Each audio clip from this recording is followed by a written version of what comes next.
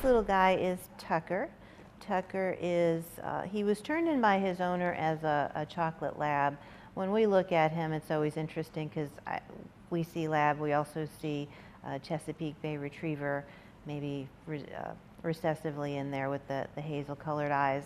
But he is about 1.5 years old, and he's about 73 pounds, so he's not small, but pretty much fully grown.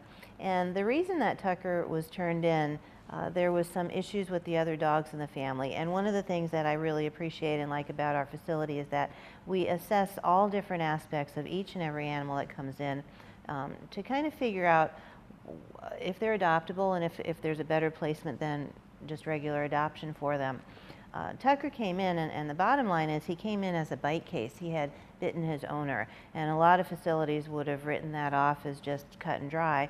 But when we researched the information, Tucker had been in a family with other dogs, and the owner fed the dogs in one kitchen area. And so during the feeding process, the dogs would get riled up, and in the last incident, the two dogs got into a fight, Tucker being one of them. When the owner went to separate the dogs, the owner got bit and turned in Tucker. So Tucker, again, did arrive as a bite case, but given the circumstances, there's different ways to manage that.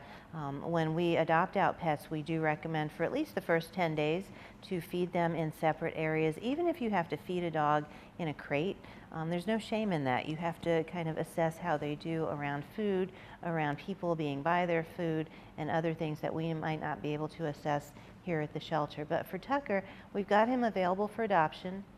We have that information that we will discuss with whomever ends up adopting him, to just be aware. And given his history, we don't consider him food aggressive. We don't consider him dog aggressive.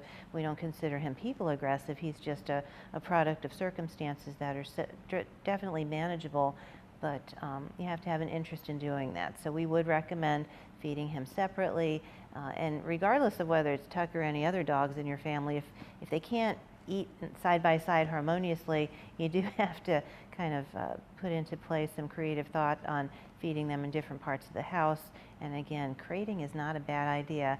If you've got dogs that, and if that's the only issue they have, they just can't eat together, that is definitely manageable. But this is Tucker, our lab, chocolate lab mix, about 73 pounds or so, looking for a forever home.